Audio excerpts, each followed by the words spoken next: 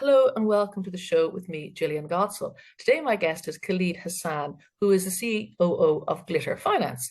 Khalid, welcome to the show.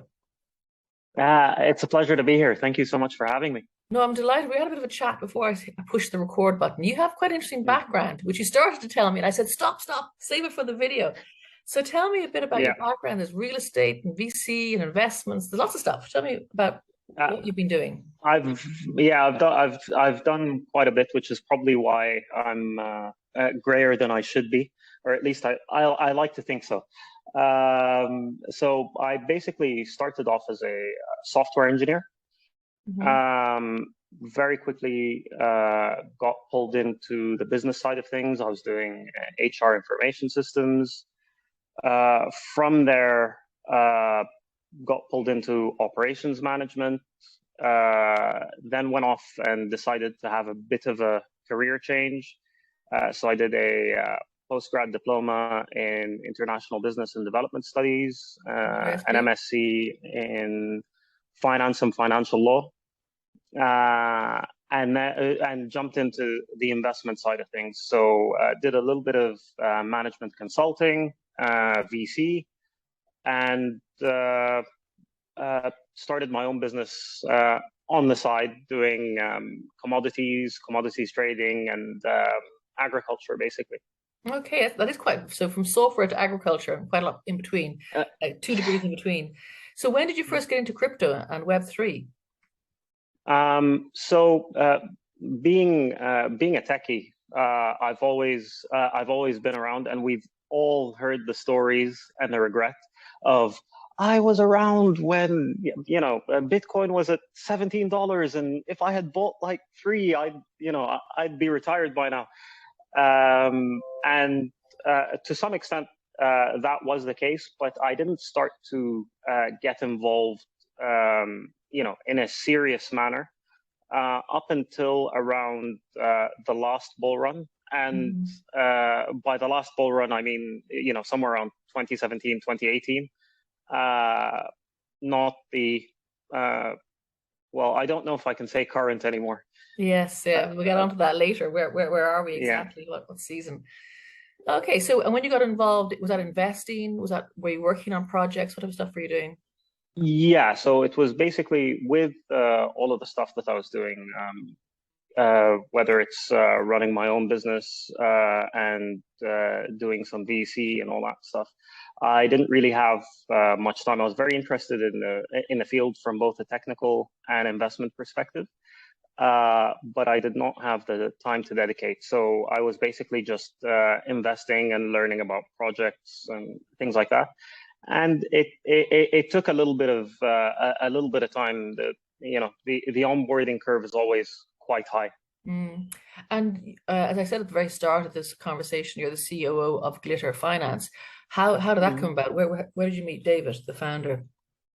It's actually quite funny because with David, I happened across the pitch deck for Glitter as he was starting to raise money, and I looked and I saw that it spoke to interoperability, which is one of the major challenges in the coming period, and DeFi, which was also quite hot at the time, and I still think its time is coming.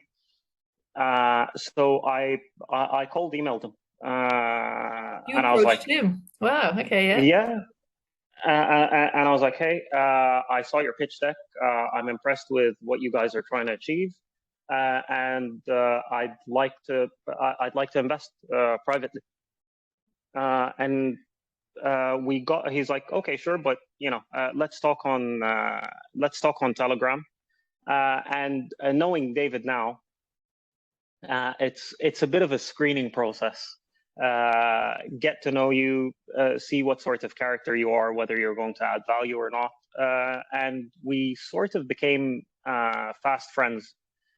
Talked a lot about the crypto industry, what was going on, where it was going, and until I finally talked him into allowing me to make an investment into the company. Um, the second I did that, he was like, "Hmm, from your name, it sounds Arabic. Do you speak Arabic? I said, yeah. He told me, okay, well, I've had some stuff translated into Arabic. I have no clue whether it's any good or they just fed me yesterday's newspaper. Could you take a look for us, please? And I said, hey, yeah, sure. And it was sort of a very gradual thing in that we started out exchanging ideas and talking, and very quickly sort of developed into a small role, a part-time role, and then a full-time role, and then I woke up one day and I was COO. And what attracted you to Glitter apart from the founder? Definitely the idea, and being a couple of different things. Most people will look at Glitter and say, oh, interoperability and DeFi, as I've already said. The one thing which is actually our main focus, and that only a few people cotton onto, is ease of use. Yes. So I'm sure and everyone who's in crypto was a newbie one day. And trying to get your head around the space and the different networks and the different wallets, and you can use this with this, but not with that, the barriers to entry are still quite high.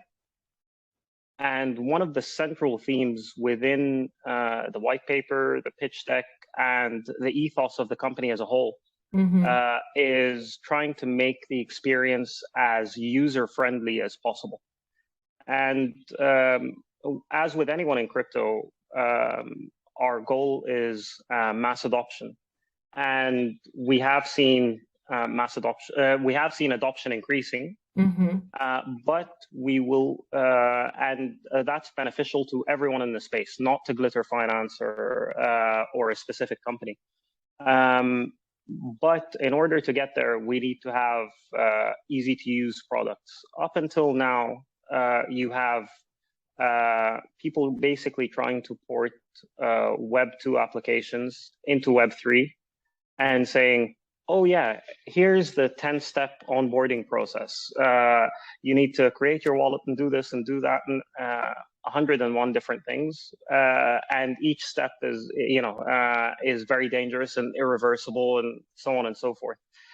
But trying to create truly user-friendly, easy-to-use applications, I think will help the entire space take the next step forward.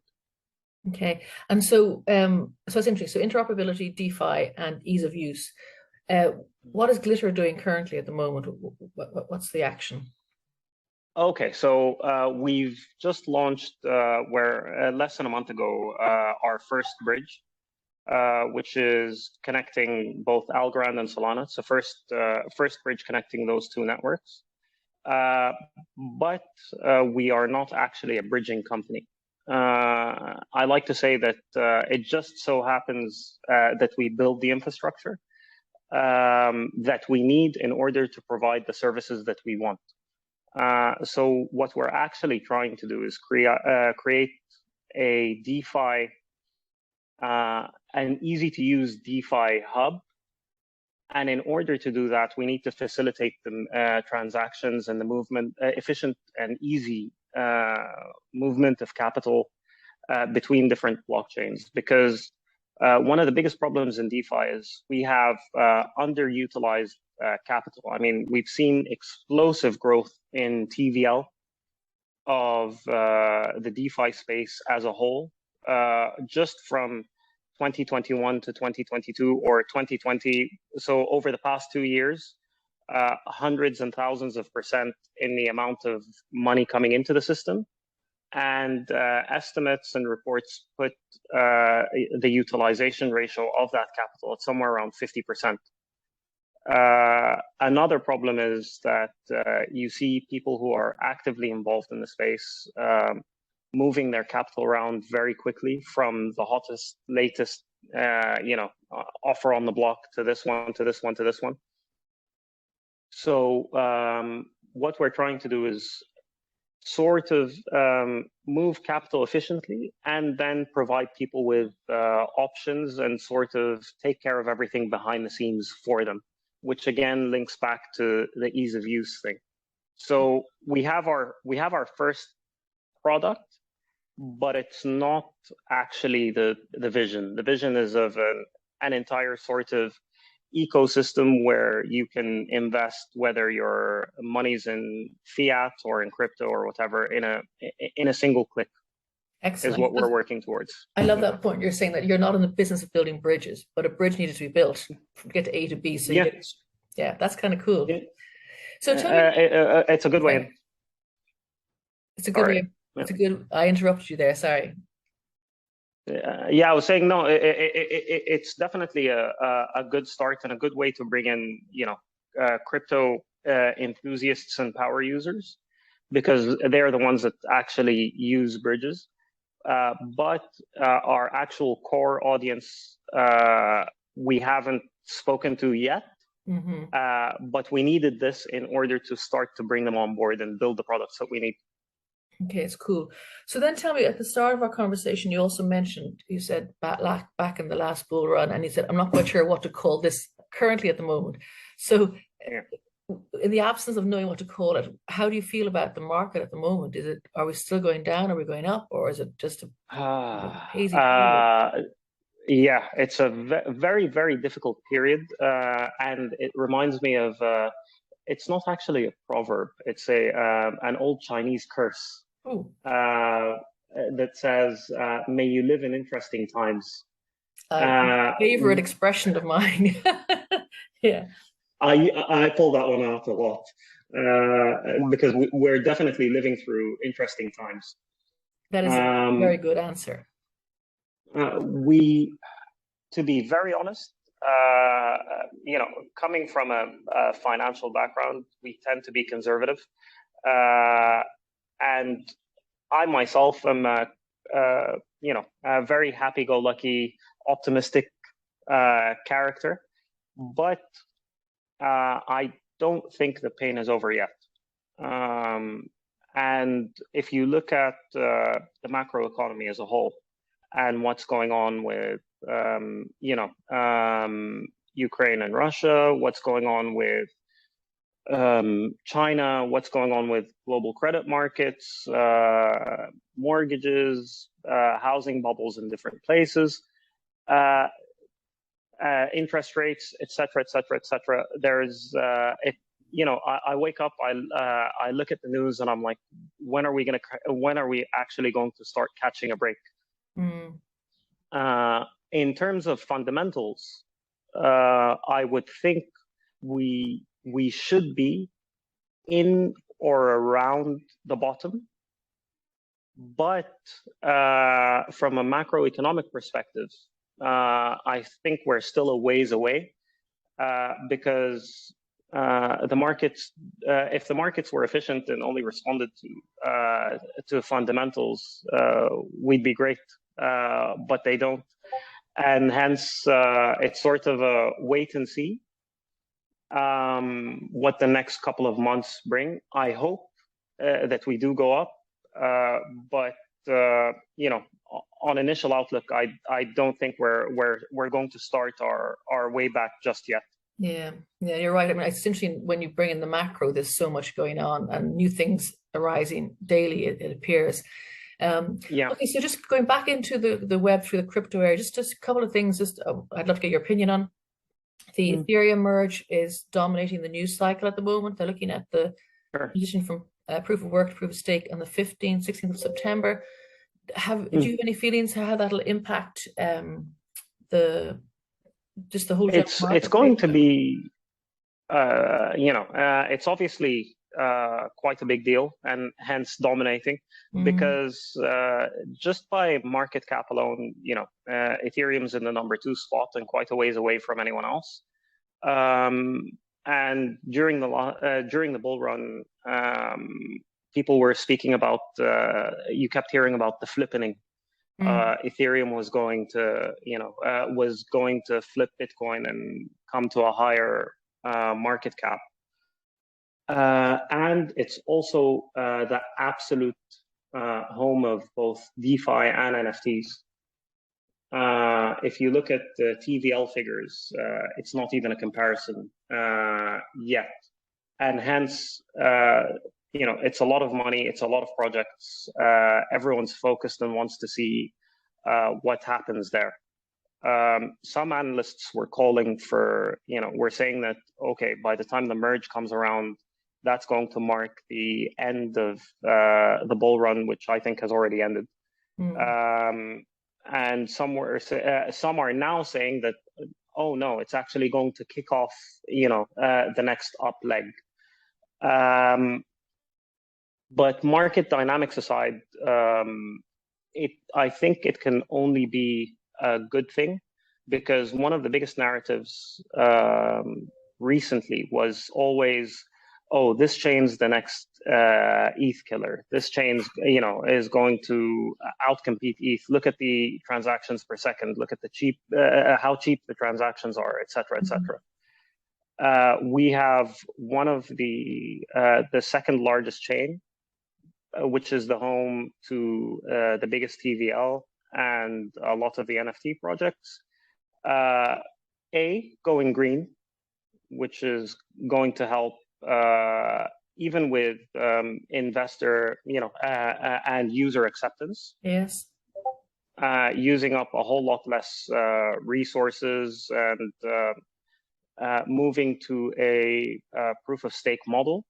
That, of course, there's no perfect solution. Otherwise, everyone would be doing the same thing. That comes with its negatives, in that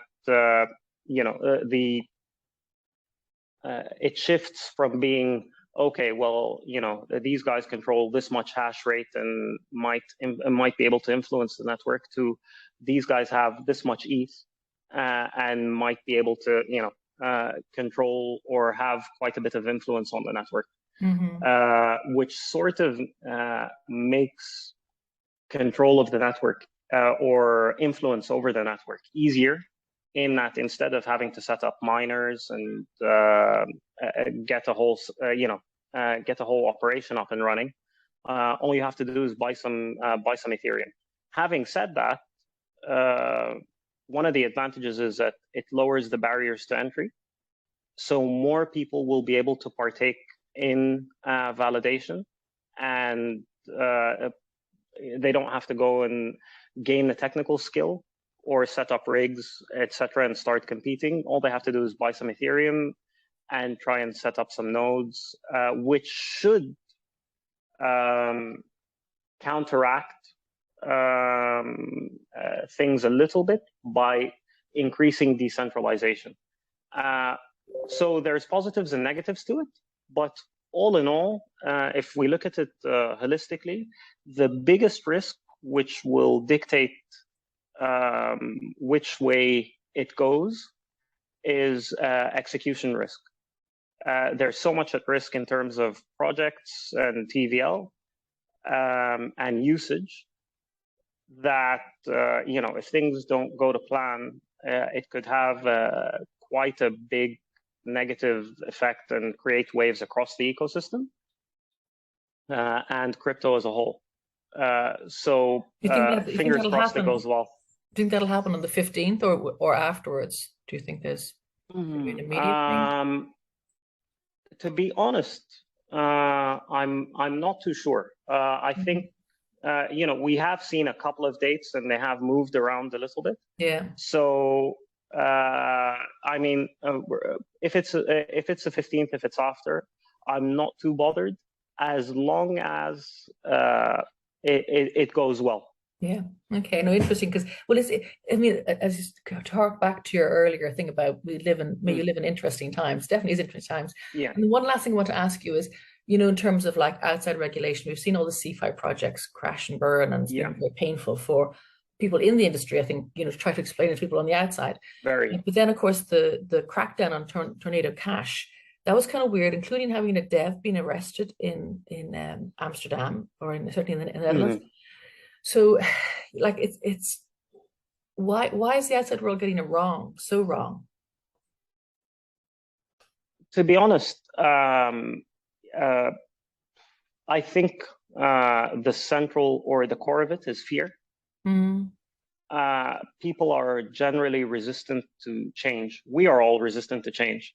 If I'd like to sit at home and on my couch and not do much else because that's my comfort zone. If you extrapolate out from that, you have crypto, which is being bashed. There's a lot more understanding and acceptance right now than what we're used to, but we're all in the bubble. To the outside world, crypto is still something associated with the Silk Road and money laundering and the drug trade and whatever. So you couple that narrative with banks, government control, taxes, etc., and you start to see that it's in a lot of people's interests for people not to have the freedom to do what they want with their money. And I'm sure that makes me sound a bit like a tinfoil hat man. But it's the crux of the matter in that where did all of this come from? The crypto industry as a whole. It came out of the hacker mentality of I don't like this. I want to be free. I want to be able to do what I want with my own resources. And there are established systems where people are making a lot of money, and they both have their positives and their negatives. So in traditional systems, there's a lot of controls, KYC, AML, etc., to ensure that bad actors are not able to use the system to further their goals. And people will always point to that to say, well, if you don't have anything to hide, why are you trying to hide it? Which is, of course, the bedrock of democracy is privacy. The vote, the ballot boxes has been a secret. Yeah, which is exactly. But regardless of whether I have something to hide or not, privacy is privacy. And so we're seeing that sort of play out now. Again, we go back to interesting times. Yeah. With governments not knowing, the pace of development is very, very quick. And governments right now don't know what to make of crypto. Do we tax it? Do we not? How do we go about doing that? We need to introduce some form of regulation.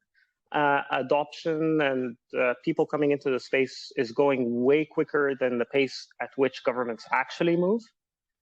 And so we're going to see, jabs here and there at trying to control the space.